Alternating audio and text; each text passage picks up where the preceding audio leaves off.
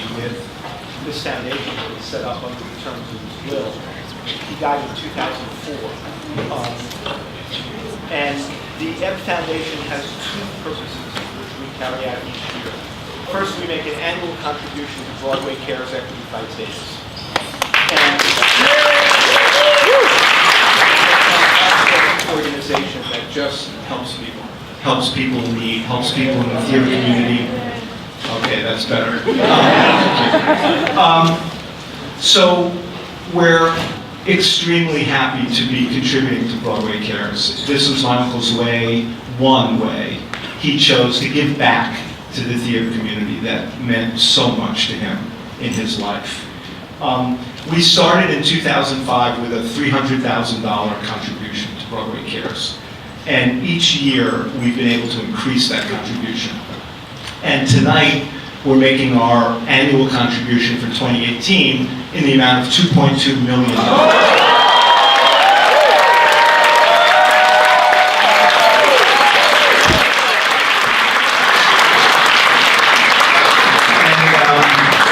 I'm just thrilled by that. Thrilled that we're able to do that. And it brings to the 14 years, it brings to $17.5 million.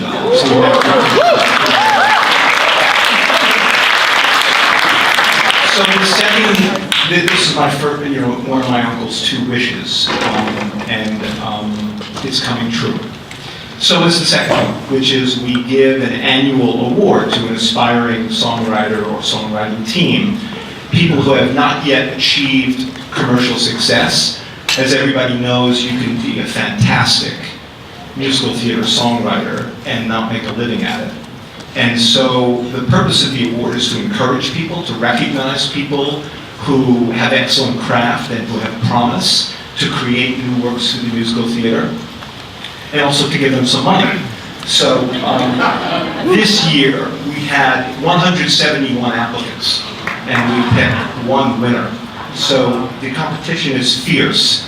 We have a group of finalists whom I want to recognize. We had 7 finalists. Making it to the finals is an extraordinary accomplishment. And I want to recognize the people who made it to the finals and this year did not win. Cesar Alvarez, Michael R. Jackson, Ben Wexler, Zoe Sarnak, Darren Clark, and the team of Dan Lipton and David Rossman.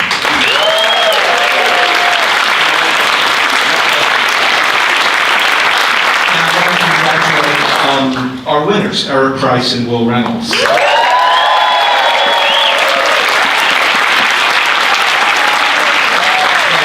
they will share a $60,000 prize. And a new thing we're starting this coming year is in collaboration with the Manhattan School of Music. Eric and will have a workshop production of one of their musicals that they're writing, which will be cast with actors from the Manhattan School of Music, and will have professional director, choreography, musical director, and they're going to go into rehearsal in the early spring, and later in the spring have performances at the Manhattan School of Music. So we're very happy about that.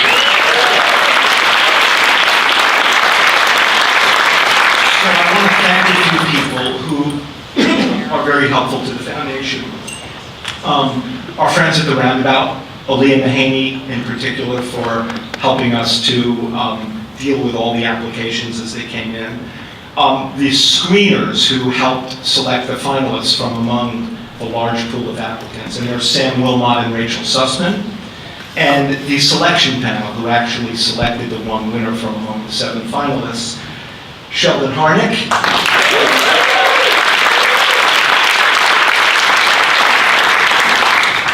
David Loud,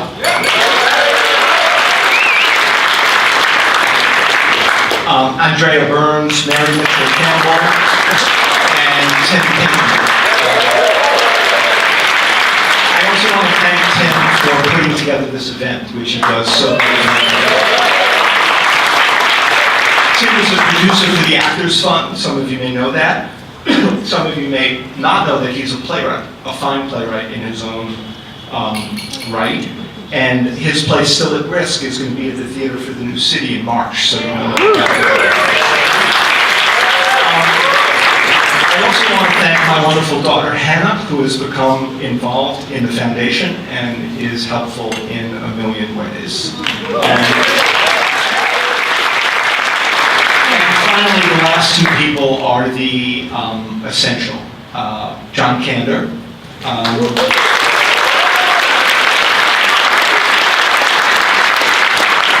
I have the pleasure and privilege to call my friend, as well as my business partner.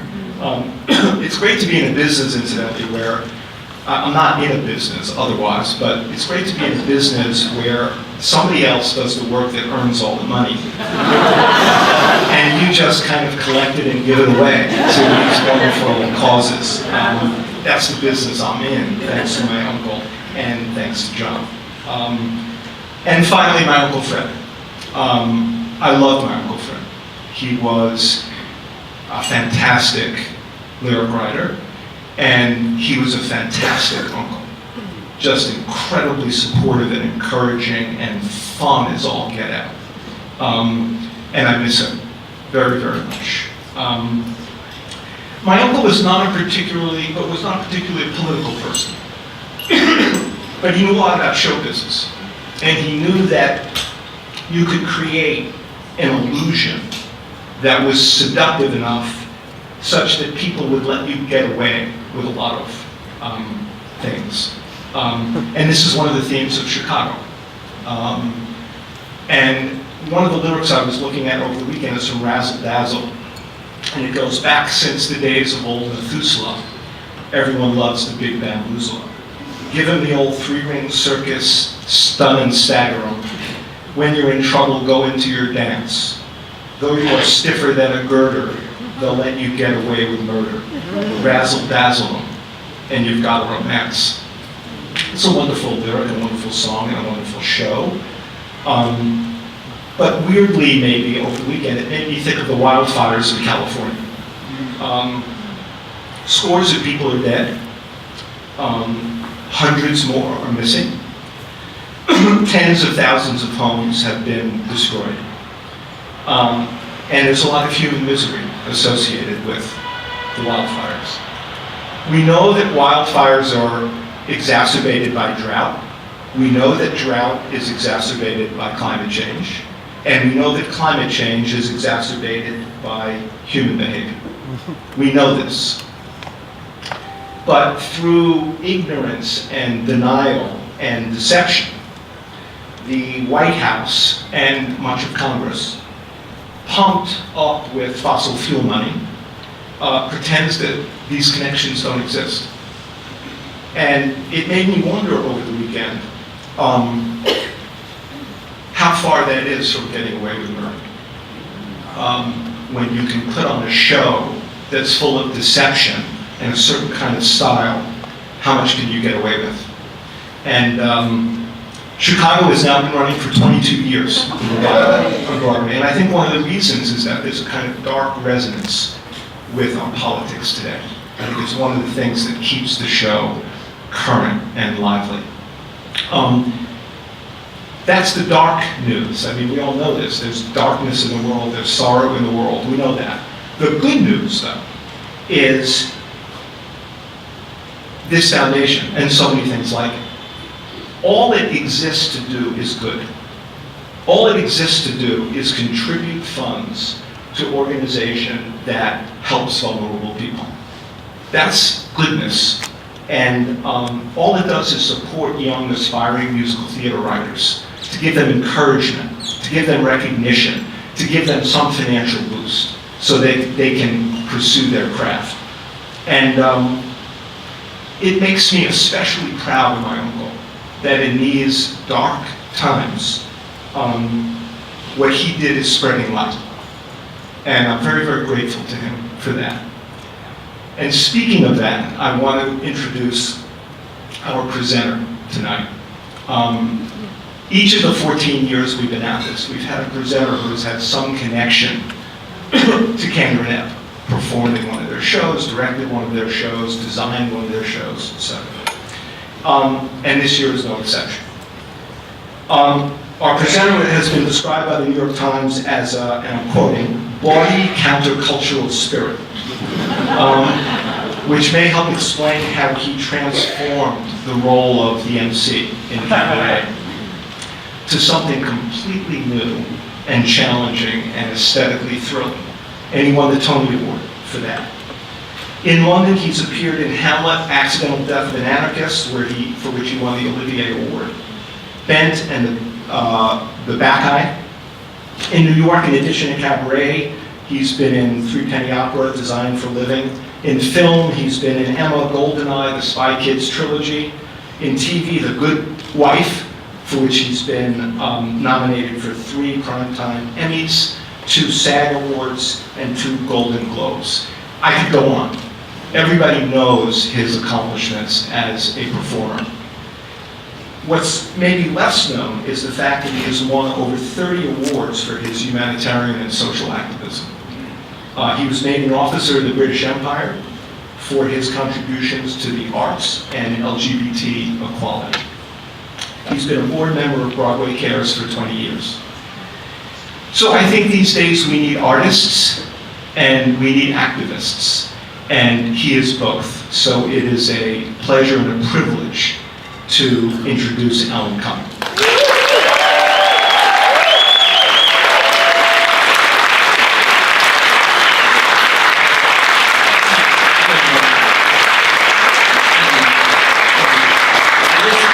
Say, when I was asked to do this, I leapt at the chance, and I, kind of insisted that I was able to get here, because I just wanted once more to sort of feel the spirit of Fred, and I really do feel it tonight. It's sort of palpable, this bringing together of all you people and talking about him and remembering him. It really brings him back. And I really wanted to echo what you said about the fires and this thing about the way that our political situation in this country is so awful. And although Fred may not have thought of himself as a political person, I think the work of Candra Nebb, and John is here, and I've always felt honoured to perform in Candra Nebb shows, because I think they're incredibly political. I feel that right now, I still wish that we were doing cabaret now, because I think the 2 tenets of that show are the need to embrace diversity and to grow and learn from people who are different from ourselves, and also to be vigilant about the onslaught of extremism. 2 things that are absolutely totally opposite for how we find ourselves in America today. I wish we were doing cabaret right now, although I do not have no desire to get into that part. I'm not doing kickline with girls half my age, but I feel that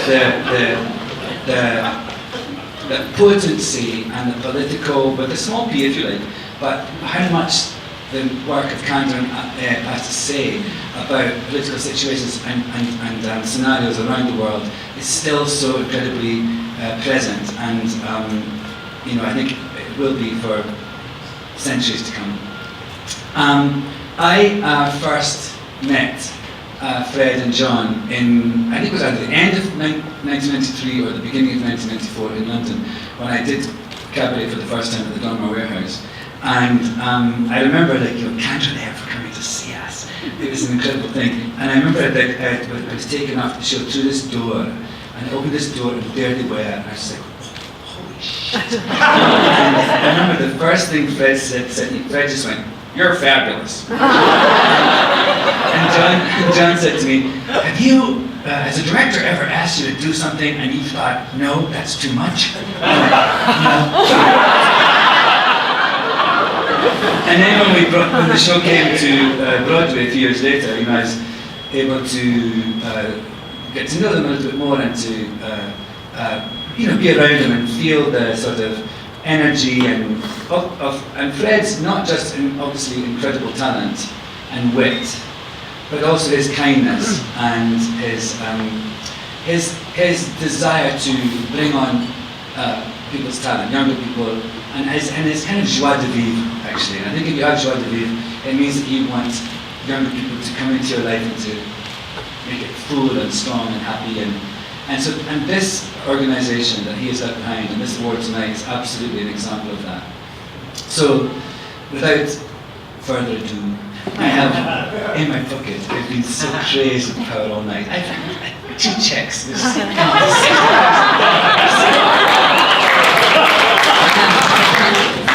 I had such a desire to like run from the building. It's my great pleasure to present not just this cash, but also these beautiful awards, the Fred Ebb Awards, to Eric Price and Will Reynolds.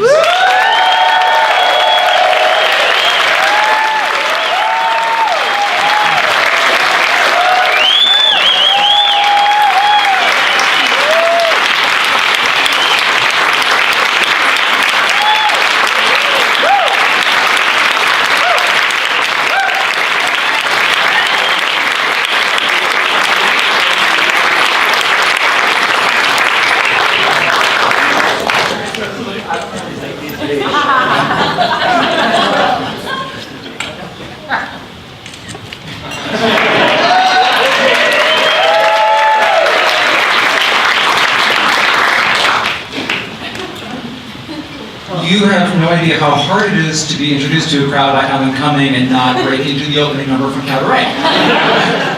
Toast of Mayfair. You gonna be okay? I'm gonna make it. So, thank you, Alan. It's an honor to share this moment with you, and we so appreciate you being here. Thank you also to the people whose faith in us has made this award possible. To Mitch Bernard and to Tim Pinkney and the whole Fred Ebb Foundation. To the Roundabout Theater Company. To the selection committee for this award, a committee made up of many of our heroes whose artistry has guided not just our work, but our whole lives. We've been writing musicals together for 13 years. So, in a way, 2018 sort of constitutes our bar mitzvah. So, thank you for coming to our bar mitzvah party.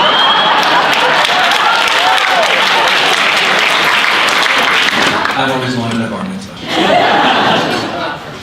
We wouldn't be here tonight without the universe of people who have said yes to us over the years. To the many close friends who have enhanced our work through demo recordings, readings, concerts, and collaboration, and who have enhanced our lives in countless ways as we all move through the world together. Additionally, we're so thankful for the mentors we've been able to learn from and the students that we're privileged to teach. Thank you so much to Michael Finkel at William Morris Endeavor and Jeremy Katz and the Katz Company for always being our champions. Thank you to Libby for her love and support and inspiration. I couldn't do this without you. And thank you to my husband Chris for always being the very first one to hear everything and the reason why there's so much music in the first place.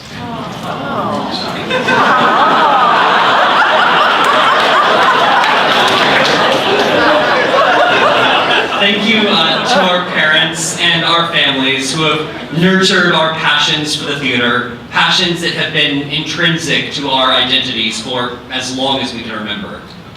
Thank you so much for instilling in us the work ethic that makes a moment like this possible, and for always believing that a career in the theater is not a dream. And I'm learning the lingo. And of course, we send our thanks and our gratitude to Fred Ebb himself for the endless inspiration that his lifetime of artistry has provided us. And for the example of his 4-decade collaboration with the miraculous John Kander.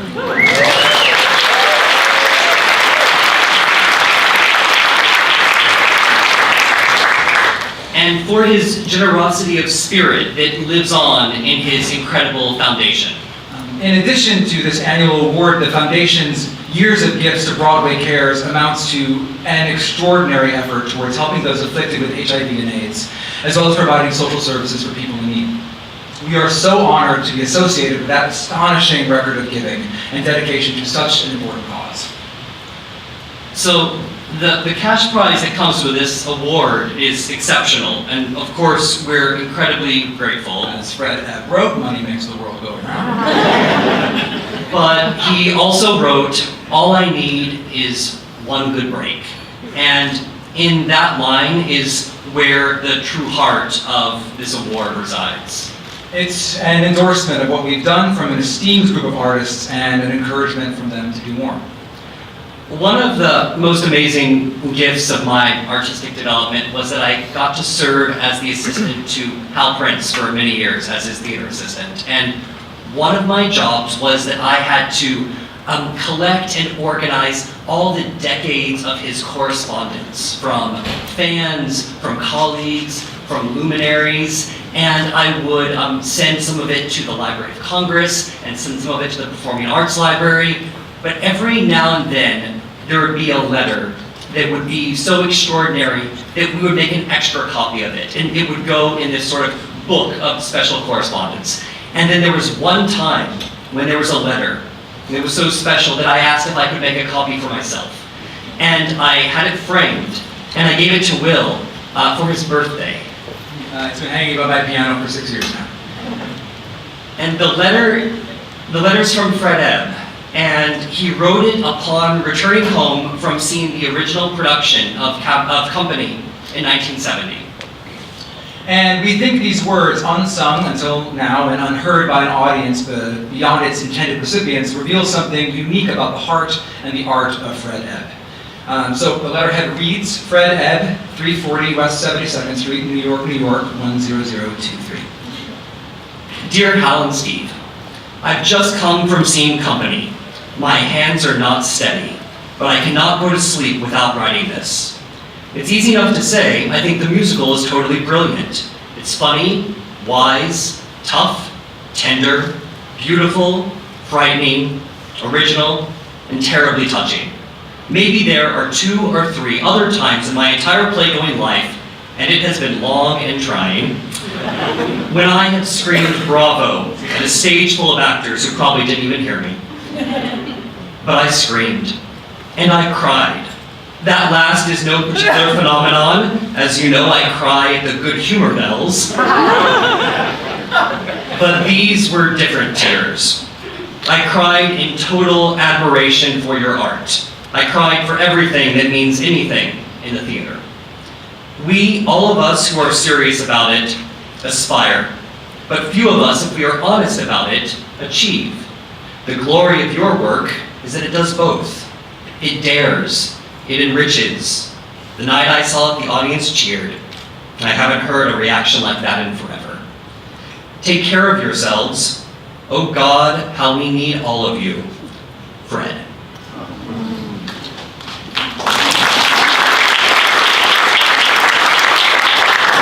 P.S. If you ever have a few hours, will you tell each and every cast member that I love them? And he's talking about Company here, but his response seems to sum up something essential about the work of Fred Ebb too. Funny, wise, tough, tender, beautiful, frightening, original, and terribly touching. And he uses a word that comes up occasionally in the press releases for this award, and also in Mitch's speech tonight. The word is aspire. In a number of articles and postings, this award was characterized as to honor aspiring musical theater writers. And every time we'd read that, we'd sort of look at each other and say, oh gosh, we've been doing this for a while now. We've dedicated our lives to it. We do it every day. Are we still aspiring? But then we reread Fred's letter. We, all of us who are serious about it, aspire. It's not something to graduate from, it's a mark of purpose. And true achievement, which Fred notes is all too rare, is only ever the result of unending aspiration.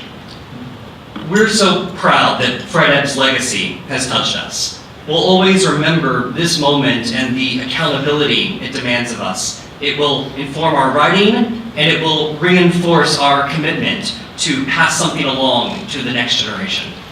But that's not why Fred Ebb's work will live forever.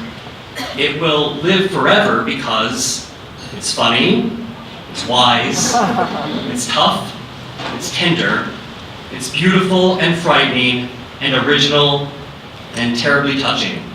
It dares, it enriches, it aspires, it achieves. Thank you, Fred Ebb. Thank you all so much.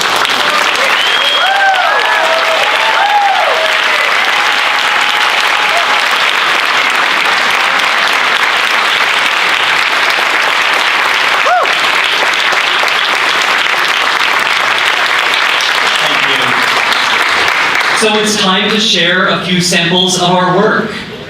Our latest show is called The Violet Hour, and it's based on Richard Greenberg's 2004 play. We've turned it into a musical, and Manhattan Theater Club will be presenting a presentation of it in 2 weeks, which will be directed by Sarna Lapine and music directed by our pianist tonight, Andy Einhorn.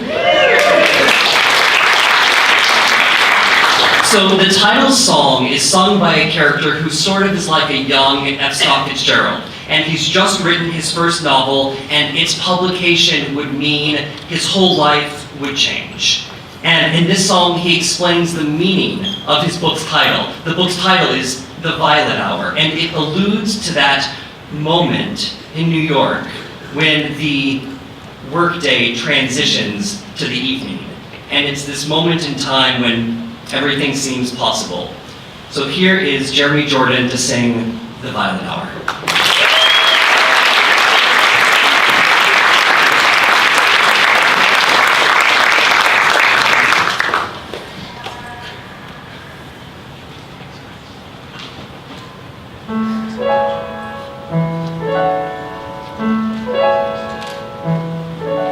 When it's not quite day, and it's not quite night, and especially if there has been rain,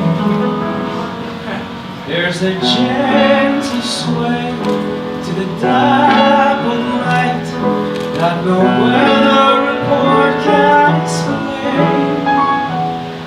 It's a sort of glow, neither pink nor blue, but a violet the sky hides away, and you somehow know it was made for you, your reward for surviving the day. And the street lamps turn on, and the sunlight goes dim, and the hum of the city sounds like a hymn. When the sun and the stars can't be seen, we live in between. It's the violet hour. Office doors revolve and release the crowds, all too eager to vanquish the cage. Neon lights dissolve any low-hung clouds, and the night is a great empty page. It's a trick of the light or of the heart, but this moment, the moment, the world can restart. Just an hour and everything's new, and an hour will do. The violet hour. The violet hour.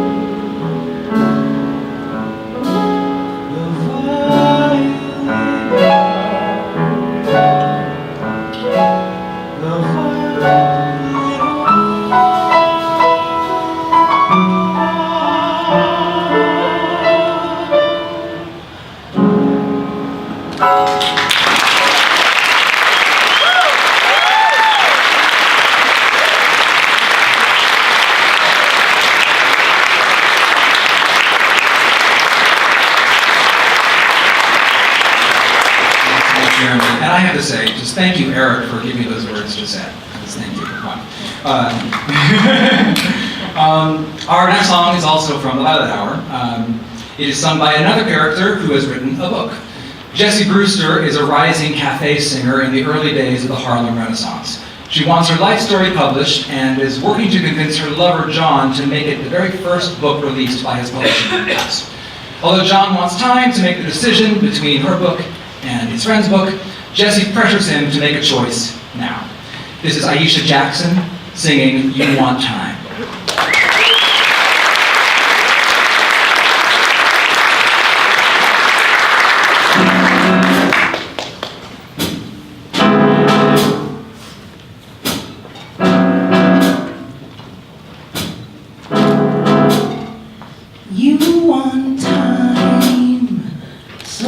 blue eyes, but there's only all the time that's passing by. You want proof that I'm right. Life is never quite so clearly black and white. You have to trust, you have to lead, and considering the company you keep, you know I'll come through. I will be there for you. There you are on your throne, with the choices that are yours to make alone. You want time, so you say. First you need a single hour, then a day, and then the day will disappear as it turns into a month and then a year and over again. And again and again. I can be your secret, but I won't be a lie. If you believe in me, you have to show it. Not much room to weigh what's right, wrong, and quantify. You know I know that you already know it. Baby boy, baby man, life tends not to play along with what we plan. Take your time till you're through. By the time you've taken time, it's taken you. You have to trust that you can leave. Don't you want to be the shepherd, not the sheep? You say you want time. Baby, you don't want time. You want me. You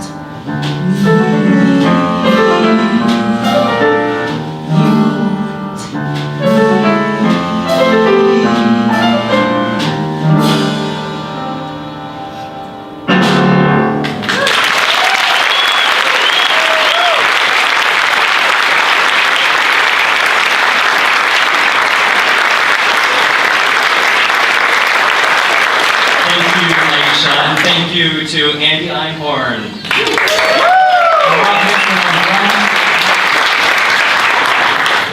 So our last song tonight is from our musical Radioactive, which tells the story of Marie and Pierre Curie and the discovery of radium. And fun fact, it took the Curies 7 years to discover and cultivate pure radium, and this year marks year 7 of writing the show about the discovery of radium.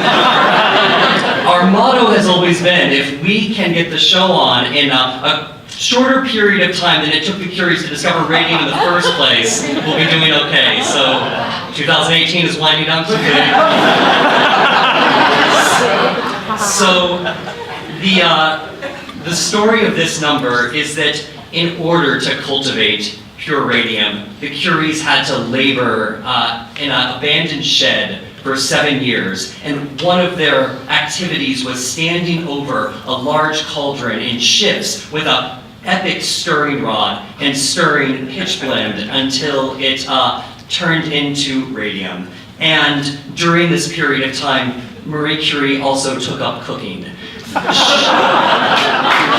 She was a newly married woman, and she only had to stir this vat and would grow quite bored, so she taught herself how to cook. And if you go to Paris and look at her documents today, the most radioactive page of all of Marie Curie's papers is the scrap of paper that contains the recipe for gooseberry jam, which was Pierre Curie's favorite dessert. So in this number, Marie divides her workspace in the shed to focus on cooking gooseberry jam and cultivating pure radium at the exact same time. So this is Sarah Jean Ford singing Stir from Radioactive.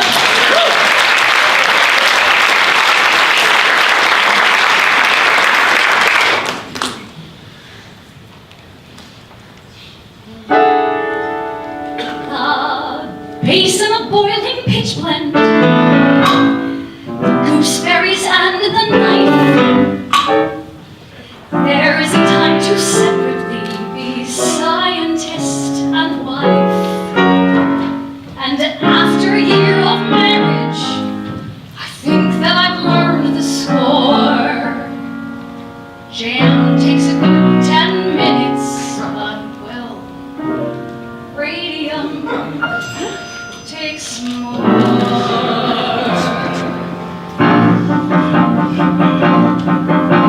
Stir the hydrochloric acid, melt the ore until it's placid, mix it all together and begin. Don't breathe in the fumes, don't let the bubbles from the boiling get the slightest bit upon your clothes or skin. Like the fire, let it sizzle, add a bit of lemon drizzle too, but there's no kitchen in the shed. There I've been extra juicy, I make jam that's extra goosey, as suffice to say I make the bread.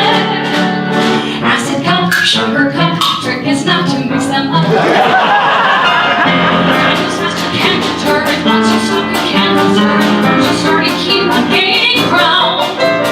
Somewhere in there hidden, waiting, radium was radiating, soon enough what's hidden will be found. Salt's in here, mint in there, sodium hydroxide here, let it cool, keep it hot, taste it and see what we've got.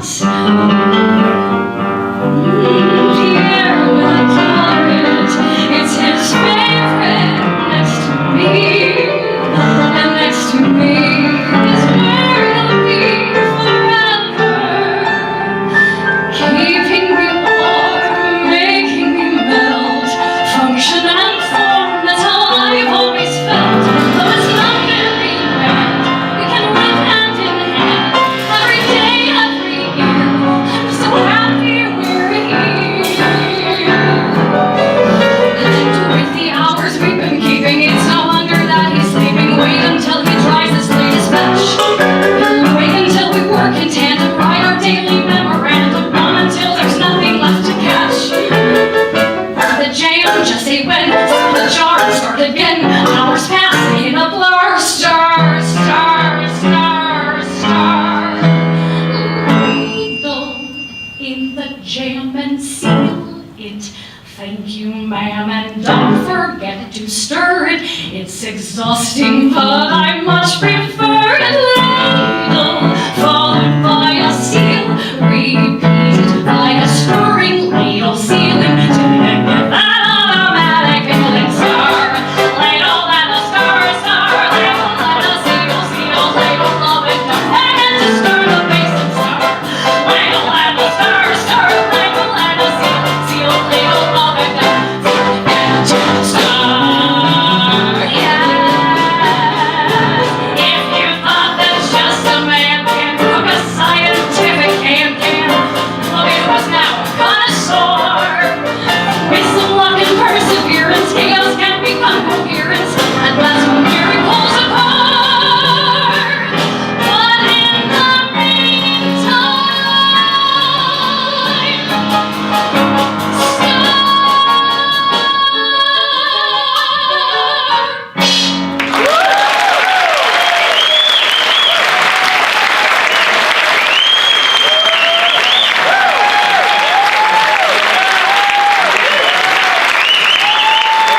So, from both of us, thank you so much for coming. Thank you to our performers and our musicians.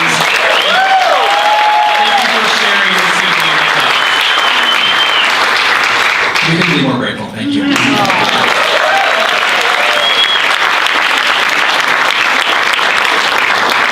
So congratulations again to Eric and Will. Thanks to everybody, the performers, musicians, everybody. And thank you for coming. It's a great crowd tonight. Feel free to hang around. We have the room until 8. And happy Thanksgiving to everybody.